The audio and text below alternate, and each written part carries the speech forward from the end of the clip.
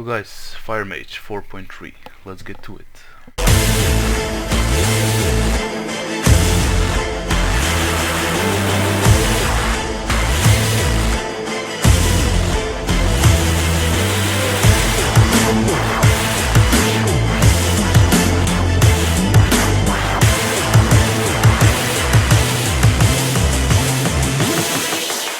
First of all, I'm going to be talking about the stats of a Fire Mage, so to what you want to reforge, which stats are more important than what. After that I'm going to be talking about some Dragon Soul gear, majorly trinkets, what you want to have and what you don't want to have, since some people kind of confuse those things and tend to get items that are not for Fire Mages at all, so just loot wise this is. After that I'm going to be talking about the gameplay, which spells you want to be using, when, what, how. All that will be described in that section, and after that I'm going to be talking about my add-ons, which add-ons I really think you need for fire, that are really important, and if you're not using those add-ons, something similar would do the job as well, but you should have similar add-ons. Reforging as a Fire Mage. I removed all my reforges on my gear. Everything is unreforged except my wand, because I use different wand between arcane and fire, but let's take a look at how we should be reforging at least. The first thing I always think to myself when I start reforging is which one is my most important stat, next to hit that is, since I will be going for the 17% hit, and then I will be mainly going for crit. I need to make sure I have enough haste though, but crit will be my most important stat. So first I check all the parts that don't have crit. So for example, my neck doesn't have crit. I need a bit more haste, so I do the mastery into crit. Cloak has no crit, mastery into crit. Chest has no crit, so I do the haste into crit. Bracers have no crit, so I do the mastery into crit. Gloves, no crit, mastery to crit. Belt has crit, legs have crit as well. Boots, haste into crit. Then the ring doesn't have crit, haste into crit. After that the other ring doesn't have it either, so mastery to crit, since I want to keep some haste at least, if you get my point. So let's take a look at what we did until now. We have really high crit, really low hit, and our haste is pretty much good basically. I would like to keep my haste around, I don't know, 1650. 1650, that's what I like to play with. But every person has maybe their own choice of how much they want to play with. Now let's take a look at what we can reforge into hit. For example, the belt, mastery to hit. Legs, mastery to hit. What else? We have everything reforged on the right side. Left side, this haste we can reforge to hit and maybe remove a bit crit on another part. Here we have mastery that we can do into hit. And now we're over hit cap. Okay, that is not good. So we will be removing a bit of hit on one piece and getting haste out of it. As I can see here, 17.80. This part has 81 hit, so gonna restore that. 17.01 and do the mastery into haste. And now I'm gonna check my stats. I am a bit low on haste at the moment. I'm really high on crit, really good on crit even, but I need a little bit more haste. So I'm going to take a piece that has haste and restore that haste basically, which will be my ring most likely. I'm going to restore that. And my haste is around where it should be. So with the 5 set, this is, with the 4 set I mean, this is for when you have the 4 set basically, the tier 13 I think we're at tier 13, I lost count for some reason. So what you want is as close as possible to 17% hit. I like to keep my haste around 1650, this is good as well. I might change a gem just to get it like exactly 1650 if you get my point, but this is good as well. And yeah, this is basically perfect. I mean, we have 30% crit self-buffed. If I stack up my trinket, it would be almost 31, so this looks really good. This is about how you should think when you reforge. Think, what is my important stat? I need to get the 17% hit as well. I need to get some haste. I mean, in my case, I like to play with 1650. There are people that play with... I mean, when you have the force set bonus and you get 500 haste out of it, you want to be at least at 2005 for your 13th combustion tick. But if you go too low haste, if you go like exactly 1505 to get exactly to the 2005, you need to wait a long time till you get 10 stacks, and every time you use combustion you lose your 10 stacks, so your haste drops really low.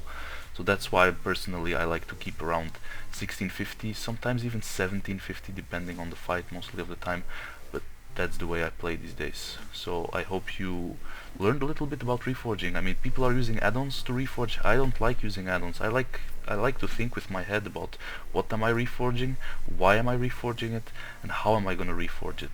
So hope this helps a little bit. Trinkets in Dragon Soul. First I'm going to be talking about the Insignia of the Corrupted Mind, which drops from your Sajdi on sleeping. This is a static int trinket with a haste proc. It has 517 intellect and it procs 3278 haste. What this basically means is it is really good for fire. The haste proc is really awesome, especially when you're in the start of a combat. For example, on Ultraxion, it procs, you have Bloodlust up, your combustion ticks about 2-3 times more, just like because of one trinket. So this trinket is really good for fire. The second trinket, which is also best in slot, is Will of Unbinding. This one has a static intellect of 990 intellect if you have it on heroic. Normal and looking for 8 versions are of course lower. This trinket is as well best in slot just because of the massive intellect pool it gives. So this would be basically your second slot. There is a third trinket, which is Cunning of the Cruel, which has also static intellect again, and the equip basically allows you to fire out a Shadow Bolt volley to your target and the targets around it. This one is less good for mages, it is more for Shadow Priests and Warlocks in my opinion, but in case you get the chance to roll on it and nobody else needs it, take it. It can be useful in some fights, like your Sergeant Sleeping it's good, and for Madness it is good as well, since there are a lot of extra adds spawning, so extra adds, extra Shadow Bolts, extra damage, so it's good basically for 2 fights in the whole Dragon Soul raid. Talents as a Fire Mage. We're gonna first look at what our mastery basically does. It increases the damage of our dots basically. So mastery isn't the greatest stat for fire, but it's not completely useless of course. So after you get a decent amount of haste, you go for crit mainly, and you still have some mastery left. So from speccing into fire you instantly get increased 25% damage done by fire spells. You also gain Fire Blast, which is a really important ability as fire. So let's go into fire. We're gonna be putting 2 talent points in Masters of Element, because yeah, you want to be critting a lot and you want to get mana back from it. After that, 3 points in Burning Soul. I tend for some fights like War Master Blackhorn to get 2 out of Burning Soul and put them into Improved Fire Blast, just because of the range that the mobs are. So there's not a lot of pushback there anyway, so I need extra range on the Fire Blast, so I don't have to run every time in range of them. Next we're gonna take Impact. Impact is the talent that we basically use to spread our dots.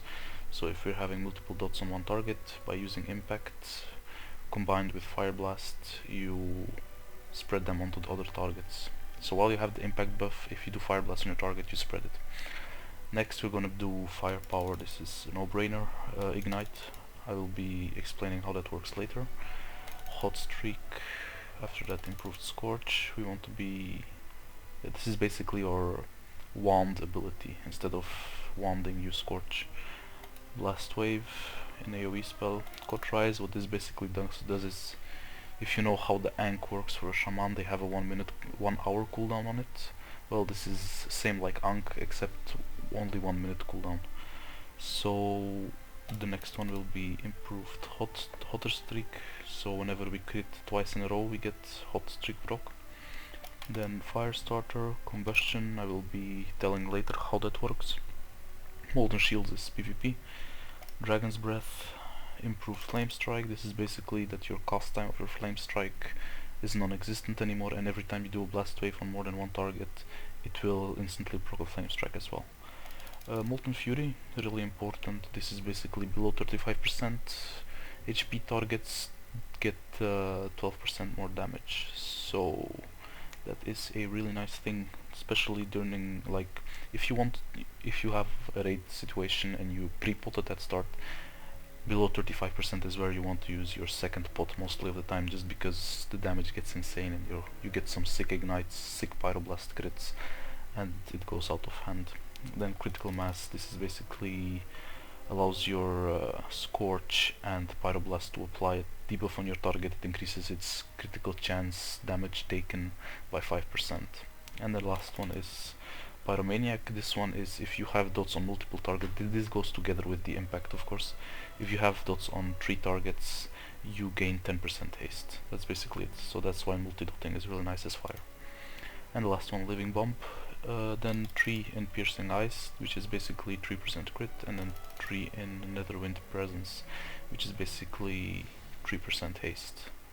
Learn, and you're ready to go. After that, the glyphs, we will be going for Molten Armor.